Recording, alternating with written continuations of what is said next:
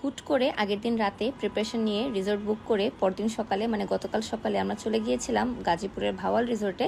এর আগে আমরা কেউই ভাওয়াল রিসোর্টে যাইনি, সো আমাদের এক্সপিরিয়েন্সটা কেমন ছিল এটাও শেয়ার করবো। পাশাপাশি আমরা জাস্ট 20 ঘন্টায় কি করছি এটাও দেখাবো, কারণ আমাদের প্ল্যান ছিল আমরা প্যাকিং সব কিছু করে নিয়ে গেছিলাম 2 দিন থাকার জন্য। কিন্তু আনফর্চুনেটলি আব্বুর একটা ইমার্জেন্সি ওয়ার্কের কারণে পারলে সে সেদিন গেছি সেদিনই চলে আসে, বাট অনেক রিকোয়েস্টের কারণে সে পরদিন সকালে চলে আসতে রাজি হয়। সো আমরা জাস্ট 20 ঘন্টা থেকেই চলে আসি। যেহেতু আগের দিন রাতে প্ল্যান হয়েছে ওই দিন রাতে, ওই দিন আর কিছু আমরা প্যাকিং কিছু করিনি। মানে যেদিন যাবো সেদিন সকাল 7টায় উঠে আমি জাস্ট টুকটাক করে হালকা পাতলা যা পারছি সামনে ঢুকাই নিছি 2-3টা জামা কাপড় আর একটু মেকআপ টেকআপ হাবি যাবে। জাস্ট সকালবেলা সানস্ক্রিন লাগিয়ে আমি রেডি হচ্ছে। এটা হচ্ছে ভেনেকা সানস্ক্রিন, এটা আমি রিসেন্টলি অনেক ইউজ করছি। আর একটু ব্লাশ আর লিপস্টিক, দ্যাটস ইট। আমি নর্মালি কোথাও ঘুরতে গেলে এর চেয়ে বেশি কিছুই লাগে না। যদি খুব বেশি মনে চায় তখন একটু হয়তো বা কনসিলার, একটু পাউডার আর একটু মাস্কারা, দ্যাটস ইট। আর আমি একটা সুন্দর একটা লেসিয়া বাই ফারজানা আর নতুন একটা ড্রেস এসেছে, ওইটা পরে রেডি হয়ে গেলাম। ড্রেসটা আমি ক্যারি করেছিলাম, কতটা ছিল কটন আর অন্যটাও কটন। আর দেখেন আমার শাশুড়ি সকাল 7টায় উঠে আমার জন্য ওয়েট করছিল যে আমরা কখন যাবো, আমাদের যাতে বিদায় দিতে পারে। এই জন্য আমি আমার ছোট্ট বালিশটা নিয়ে নিছি কোলে করে। আর এই হচ্ছে আমার কিউট মেকআপ লুকটা, কিছুই না, শুধুমাত্র sunscreen and lipstick and blush, that's it. আমরা যেহেতু শনিবার যাচ্ছিলাম, ইচ্ছে করে শনিবার দিনটা প্ল্যান করছিলাম যাতে রাস্তা ফাঁকা পাই। এই জন্য রোমানে যেহেতু সানডে অফিস অফ, আব্বুকে দিয়ে একটু অফিস অফ বন্ধ করাতেছিলাম যে রোববার দিন আব্বু যেতে হবে না, সোমবার দিন আবার সরকারি ছুটি আছে। এই জন্য তো রাস্তাটা ফাঁকা পাইছি, খুবই ইজিলি পুটপুট করে চলে গেছি। ঠিক এক্স্যাক্টলি 2 ঘন্টা লাগছে, এর চেয়ে একটু বেশি না। ওয়েদারটা খুবই জোস ছিল, হালকা একটু বৃষ্টি হচ্ছিল, আবার বাতাস ছিল, অনেক জোস। তো আমরা যে পৌঁছাই এক্স্যাক্টলি মনে হয় 12:30টায়, তখন যে দেখি যে লবিতে অনেক রাশ চলছিল। শনিবার সবাই চেক আউট করছিল, আমাদের চেক ইন টাইম ছিল দুপুর 2টায়। তো আমরা হচ্ছে একটু ওয়েট করতে হয়েছে একটু লবিতে অনেকক্ষণই, কারণ যেহেতু সবাই চেক আউট করছিল অনেক ভিড় ছিল। এর মধ্যে আমরা একটু ঘুরে ঘুরে সামনের জায়গাটুকু দেখতেছিলাম। যাচ্ছে আমি চিন্তা করছিলাম আচ্ছা 2 দিন তো আসি, চিলপিল, আমরা এখানে সুন্দর মতো মানে ভালো মতো ঘুরে ঘুরে ছবি টবি তুলতে পারবো। বাট বিশ্বাস করেন 3 বেলায় খালি খাওয়া ছাড়া দৌড়ানো ছাড়া কিচ্ছু করতে পারিনি গত 20 ঘন্টায়। যাই হোক, এরপরে এই যে লবিতে যাকে আমরা কি করতে পারি নাই এটা চিন্তা না করে কি করতে পারছি, কিভাবে এনজয় করছি, কতটা ভালো সময় গেছে এটা চিন্তা করি, সবকিছু পজিটিভ চিন্তা করবো। ওকে, ফার্স্টে আমরা একটু যে লবিতে বসার সময় আমি একটু সামনে সুইমিং পুলের সামনে যে একটু ঘুরঘুর করতেছিলাম, বাতাস দেখতেছিলাম, আলো বাতাস সব দেখতেছি। ওখানে একটা কিউট ডগি ছিল, দেখেন ও মানে বিশাল বড় সাইজের। ওরে ভাই অনেক সুন্দর ছিল, সাদা পুরা। আর এখানে যে বসে বসে অনেকক্ষণ ধরে বোর হচ্ছিলাম, কি আর করার। এর মধ্যে আব্বু আর আমি একটু চা অর্ডার করি, যেহেতু আমি চা খোর, আব্বু চা খায় না, বাট বসে বসে বোর হচ্ছিলাম তখন।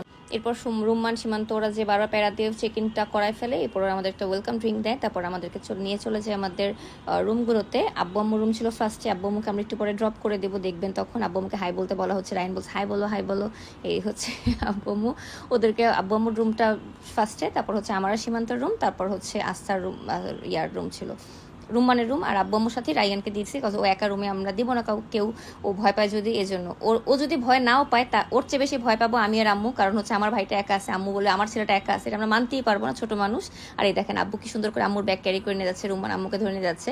বিকজ রিসেন্টলি আপনারা জানেন যে এই বছরে আম্মুর 2-3টা অপারেশন হয়েছে, আম্মুকে একটু ধরে ধরে হাঁটাতে হয় সবকিছু। বাট অনেক সিকনেস থেকে আম্মু ওঠার পর আম্মু খুব চাচ্ছিল একটু ঘুরতে যেতে কোথাও, সো একদিনের জন্য হলেও আমরা একটু যাতে আম্মুকে নিয়ে যাই, এটার জন্য আমরা গিয়েছিলাম ভাওয়ালে। তো এই হচ্ছে রুমটা।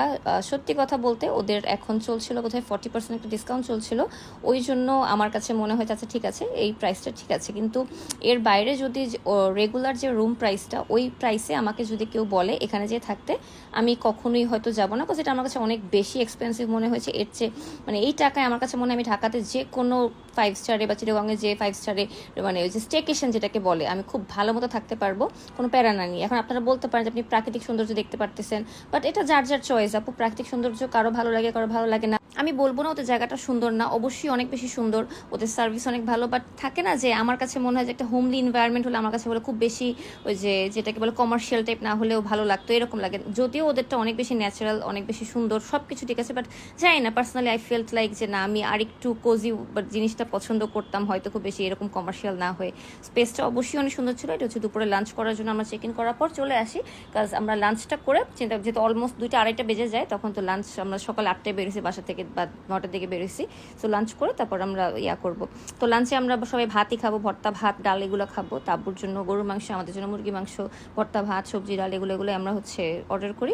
এগুলো খাওয়া দাওয়া শেষ করে তারপর আমরা পুলের জন্য রুমে চলে যাব রেডি হতে।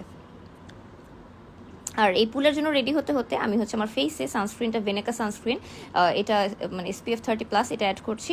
আর হচ্ছে সাথে অ্যাড করছি হাতে পায়ে একটা সানস্ক্রিন প্লাস লোশন, সেটা হচ্ছে আলফা আরবুটিন একটা লোশন। তো সীমান্ত বলতেছিল তুমি বৃষ্টি ওয়েদার, তাতে কেন তুমি সানস্ক্রিন লাগাচ্ছ? আমি বলছি তা লাগাচ্ছি কারণ বৃষ্টি হোক, ঝড় হোক, তুফান হোক, মানে বরফ পড়ুক, যাই হোক না কেন সানস্ক্রিন লাগাতেই হবে। এবার একটু দোল খাচ্ছিলাম এই আর কি। ওদের পুলটা অনেক সুন্দর ছিল, ইয়াস এটা সত্যি কথা, পুলটা অনেক বিশাল বড় ছিল, অনেক সুন্দর ছিল, পুলটা খুব ভালো ছিল, পানিটা খুব একটা স্মেলি ছিল না, যে ক্লোরিনের যে স্মেলটা আসে ওরকম ছিল না। সো এই ব্যাপারটা আসলে বলতে হবে।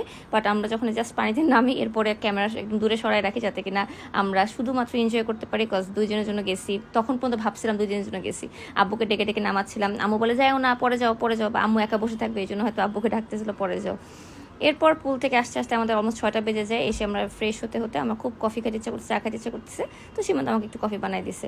দেন 7টা 7:30টার দিকে আমরা আবার রুমে বসে একটু গরম গরম স্যুপ খাচ্ছিলাম, কজ ওয়েদারটা অনেক ঠান্ডা ঠান্ডা ছিল। ওই স্যুপ টুপ খেয়ে এরপর আমরা চলে যাই আবার রুম্মান, ওরা একটু টেনিস খেলবে, আবার এখানে একটু বিলিয়ার্ড খেলবে, তো ওখানে চলে আসি। তো এখানে খেলার একটা মজার জিনিস ছিল, রুম্মান আর সীমান্ত খুব খেলতেছিল, খুব ভালো মতো খেলতেছিল। সীমান্ত আগে থেকেও পারে, ও খেলছে অনেক আগে, মানে পারে। তো আব্বু এর আগে অনেক যখন ক্লাবে যায় তখন কখনোই সেগুলো ট্রাই করে না, বা তার ফ্রেন্ডরা খেললো সে কখনো খেলে নাই। তো আব্বু বলছে আব্বু আসো একবার খেলো, একবার খেলো। তো সীমান্ত রুম্মান আব্বুকে নিয়ে যাওয়ার পর আব্বু একবার একটু দেখেই খুব ভালো খেলা শুরু করছে। তখন রুম্মান, সীমান্ত, রাইয়ান সব বাদ, আব্বু সবচেয়ে বেশি ভালো খেলতেছে, ফার্স্ট টাইম খেলে। আমি আর রাস্তা বলছি আব্বু নিশ্চয়ই লুকায় লুকায় আগে খেলছে, কাউকে বলে নাই, এই জন্য আব্বু এত ভালো খেলতেছে। এটা খুব এনজয়েবল ছিল আমাদের জন্য, ফ্যামিলিকে নিয়ে টাইম পাস করার, এটা যে সবাই মিলে এটা সেটা করবো এই আর কি। এই দেখেন আব্বু কি সুন্দর করে বেছে বেছে যে উফ বল মারতেছিল, আল্লাহ। আচ্ছা যাই হোক, এরপর আমরা হচ্ছে ডিনার করার জন্য, তখন রাত 9:30 বেজে যায়, ডিনার করার জন্য চলে যাই। আর আমি মাথায় একটা ফুল পাইছি, মানে একটা গাছ থেকে একটা ফুল নিয়ে কানে লাগাইছি। আর আম্মু বলছে আমি এরকম খ্যাতের মতো কেন ঘুরতেছি, পরে আমি গাছ খারাপ করে আমি সামনে যাই দাঁড়াইছিলাম। এরপর ডিনারে যে কী খাওয়া খাইছি এটা বললে সানা, লিটারেলি আমরা গত 20 ঘন্টা খালি খাইছি আর খাইছি, আর এছাড়া কিছুই করি না, খালি খাইছি আর খাইছি। বিকজ একটু পর বৃষ্টি হচ্ছিল, বাইরে যাবো না এইসব করে করে ওরকম করে আর বাইরে ঘোরা হয়নি সত্যি কথা বলতে। পুলের টাইমটুকু যতটুকু বাইরে ছিলাম, বাট ডিনারটা আমাদের কাছে খুবই মজা লেগেছে। না খাবারটা আসলে অনেক মজা, দুপুরেরটা, সন্ধ্যাটা, রাতেরটা সবগুলোই অনেক বেশি মজা ছিল। এরপর জাস্ট রুমে যে ঘুমায় যাই, সকালে ঘুম থেকে উঠে ব্রেকফাস্ট করে রেডি হয়ে আব্বুকে বাই বাই বলে দিয়ে 10টার সময়, কজ আব্বুর অনেক ইম্পর্টেন্ট একটা কাজ আছে যে কারণে আব্বুকে চলে আসতে হবে ফেরত। আব্বুকে বলে তোমরা যাও, আমরা একটু পরে আসতেছি। সো আব্বু আম্মুকে নিয়ে আর রায়ানকে নিয়ে চলে আসে।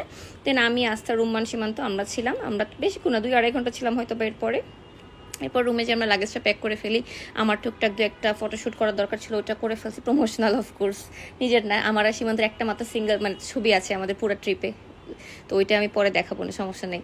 তো এরপরে আমি সীমান্তকে বললাম পুরা ব্লগ আমি করছি, আমাকে একটু দেখাও প্লিজ, আমাকে কেউ দেখায় না আমার ব্লগে, আমাকে দেখাই যায় না আমার ব্লগে। সো তখন ও একটু আমাকে বলার পরে একটু ক্যামেরায় আমাকে নেয়। আর এই হচ্ছে আমরা চলে আসতেছি চেক আউট করার জন্য।